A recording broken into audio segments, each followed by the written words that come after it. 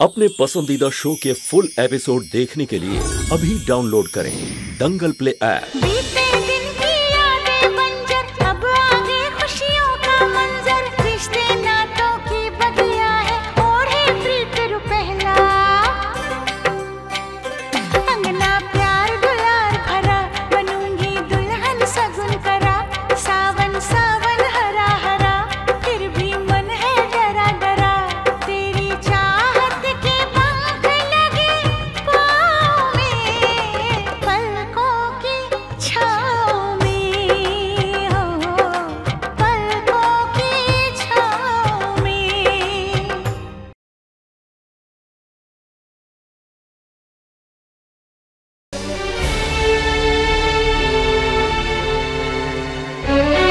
गोलू,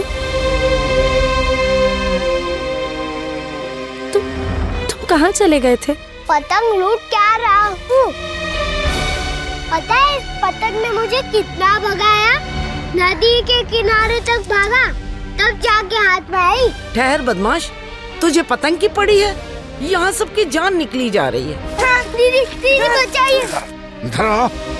बगैर बताए गया था ना तू? बहुत महान काम किया तूने। बता क्यों गया था? पतंग के पीछे पीछे जा रहा था।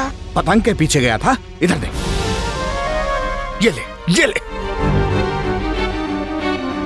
आज के बाद अगर पतंग के पीछे गया ना तो दूंगा एक रख के। जाने दीजिए, माफ कर दीजिए गोलू को। अब वो दोबारा कभी ऐसी गलती नहीं करेगा। गोलू, कभी किसी को बिना बताए नहीं जाओगे ना? नहीं जाऊंगा।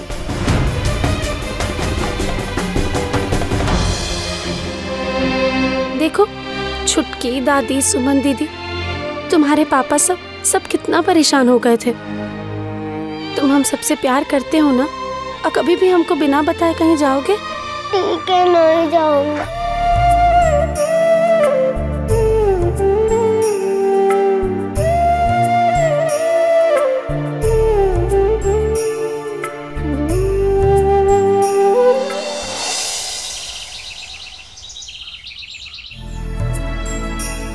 कैसी हो? हम अच्छे हैं। ये तुम्हारे लिए। क्या है इसमें?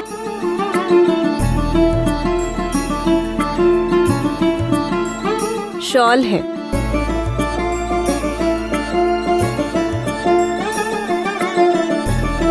मुझे पता था तुम पर बहुत अच्छी लगेगी। लेकिन दीदी। हाँ बस, इसकी क्या जरूरत थी? क्यों ले आई? किस लिए? मैं बाजार गई थी, मुझे तुम्हारे लिए पसंद आई, इसलिए ले आई। थैंक्स दीदी। अच्छा मैं चलूं? ज्यादा देर रुकूंगी तो चाची जी को शक होगा कि मैं तुमसे बात कर रही थी। अच्छा, ध्यान रखना। बाय।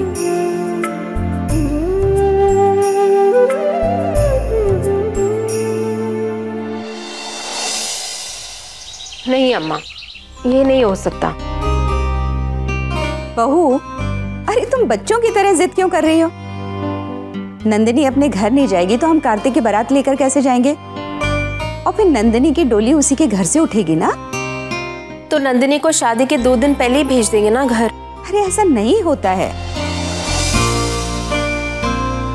और नंदिनी के माता पिता को भी इस बात में खुशी नहीं होगी। पिंकी की शादी भूल गई? अरे कितनी तैयारियां करनी पड़ती हैं, रस्में निभानी पड़ती हैं। और फिर नंदिनी के माता पिता भी तो नंदिनी के साथ रहना चाहते होंगे ना? अरे उनके दिल की हालत भी समझो बहू। दादी, फिर ऐसा करते हैं, नंदिनी भाभी के घर वालों को यहीं पे बुला लेते हैं, शादी यहीं से करेंगे। चुप कर, यहीं बुला लेते हैं। क्यों? कंचन ठीक ही तो कह रही है अम्मा। ऐसा नहीं हो सकता है भाई, नंदिनी की शादी उसी के घर से होगी और यही उचित भी है। नंदिनी भाई, तुम्हें अपने होने वाली सास को समझाओ।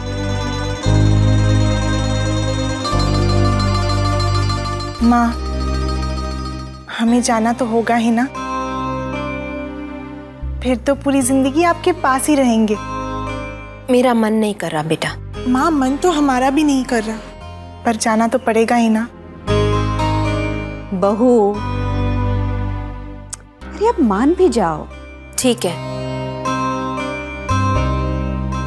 टीकू के जन्मदिन के बाद चली जाना। ठीक है, हम टीकू के जन्मदिन के बाद ही जाएंगे। अब तो आप खुश हैं? हाँ, असली खुशी तो उस दिन होगी जिस दिन तेरी डोली उठेगी और तू इस घर में मेरी बहू बनकर आएगी।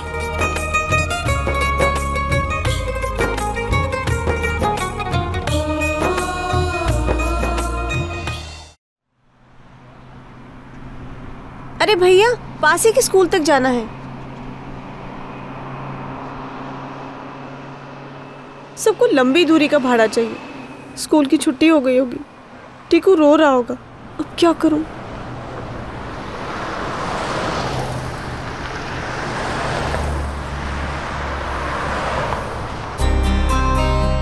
अरे गुड्डी, तुम्हें टीकू को लेने स्कूल नहीं जाना है? अरे वहीं तो जा रही थी, रिक्शा खराब हो गई और कोई दूसरा रिक्शा जाने को तैयार ही नहीं है। अच्छा हुआ तुम आ गए, मुझे स्कूल तक छोड़ दो, टीकू रो रहा होगा। चिंता मत करो, वहाँ पर सुमन जी है, आ जाओ, मैं छोड़ देता हूँ।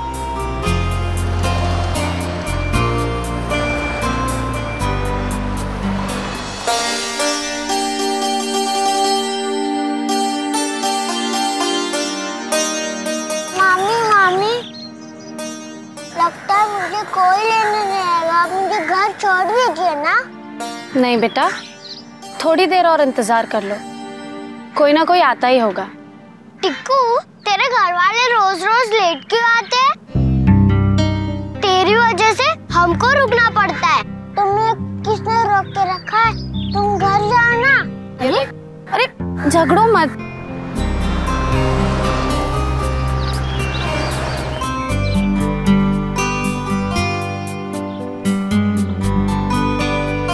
क्या करूं सुमन, रास्ते में रिक्शा खराब हो गया और दूसरा मिल ही नहीं रहा था।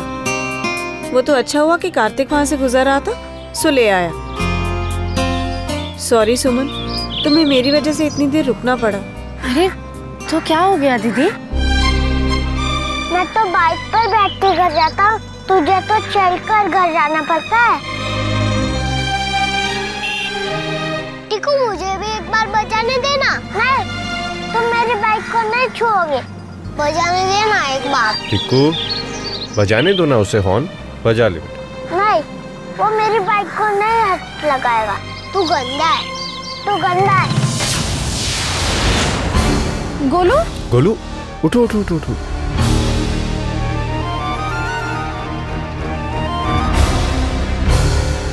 टीकू, बहुत गलत बात है, अपने दोस्त के साथ ऐसे बात करते। सॉरी बोलो। सॉरी गोलू, मैं तुमसे बात नहीं करूंगा। अब टीकू ने सॉरी बोल तो दिया है ना, माफ कर दो उसे। अब तो मैं टीकू को तभी माफ करूंगा जब आप बाइक पर मुझे, सुमन दीदी और छुटकी दीदी को घर छोड़ेंगे। ठीक है, गोलू बाइक पर बैठ सकता है। चलिए सुमन दीदी, आज हम लोग बाइक पे घर चलेंगे। नहीं गोलू, हम पैदल चलेंगे। चलिए ना। गुड्डी दीदी, आप लोग जाइए। अरे सुमन, गोलू अगर बाइक पे जाना चाहता है तो जाने दो ना। नहीं दीदी, देवेंद्र चाचा जी बहुत नाराज हो जाएंगे। उन्होंने हमें आप लोगों से बात करने के लिए भी मना किया है। सुमन, चाचा जी अगर हमसे रिश्ता तोड़ने को कहेंगे तो क्या हम लोगों से रिश्ता तोड़ दोगी? और वैसे भी इस वक्त तो वो घर पे नहीं होंगे ना। चलिए ना सुमन दीदी।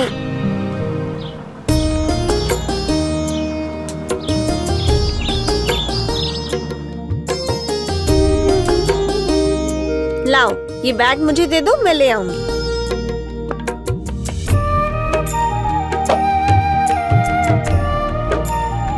बाय बाय करो।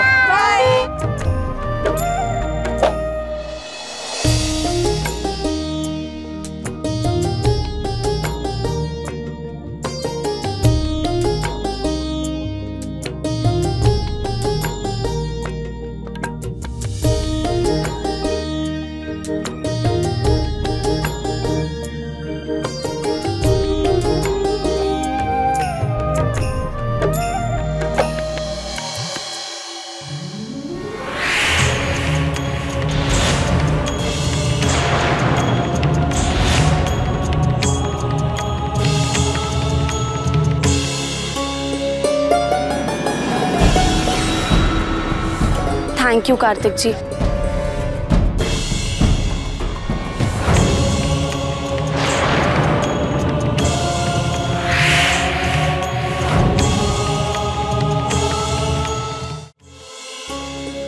सुमन, दादी दादी दादी दादी।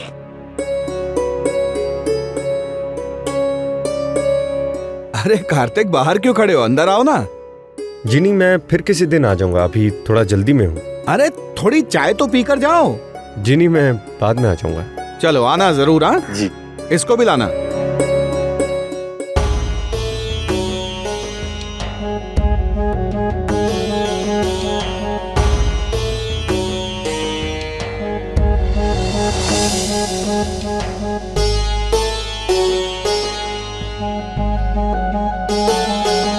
पापा पापा, आप भी मोटरसाइकिल ले लीजिए ना। गोलू, दूसरों को देखकर बस नकल करेगा क्या? मोटरसाइकिल लेनी है? चलो जाओ, कुछ भी देखोगे बस।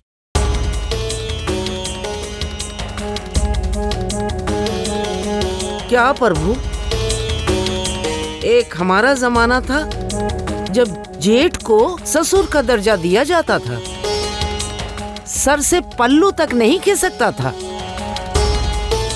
और एक ये है, गांव वाले क्या कहेंगे? आने दो देवेंद्र को, मैं तो सब बता दूंगी। अरे माँ, तुम तो बेकार ही राई का पहाड़ बना रही हो। देव को बोलने की कोई जरूरत नहीं है, खामखा सुमन को दुख होगा।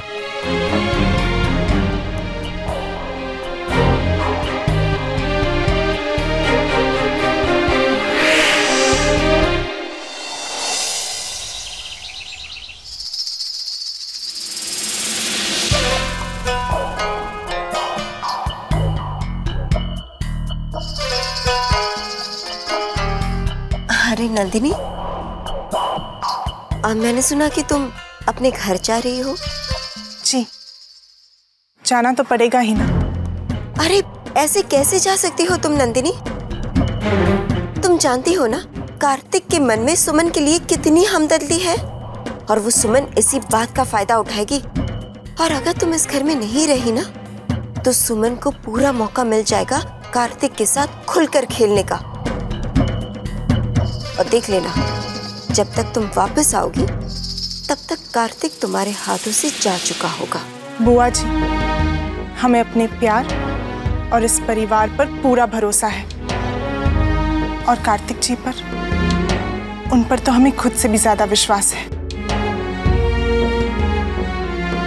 भले ही उनके दिल में किसी के लिए कितनी भी हमदर्दी हो, लेकिन हम जानते हैं कि वो अपनी मर्यादा कभी नहीं तोड़ेंगे।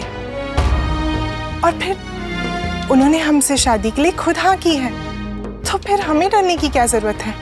हम जानते हैं कि किस्मत ने कार्तिक जी को हमारे लिए ही चुना है, तो हमारा मिलन तो होकर ही रहेगा।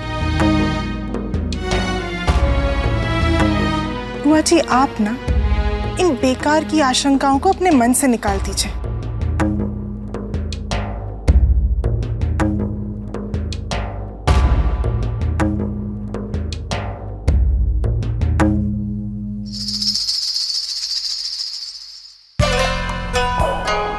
कुछ ज्यादा ही भरोसा है इसे अपने प्यार और अपने कार्तिक पर। मैं भी देख लूंगी, बहुत जल्द तुम्हारा भरोसा टूट जाएगा नंदिनी, और फिर रोती हुई मेरे पास आओगी।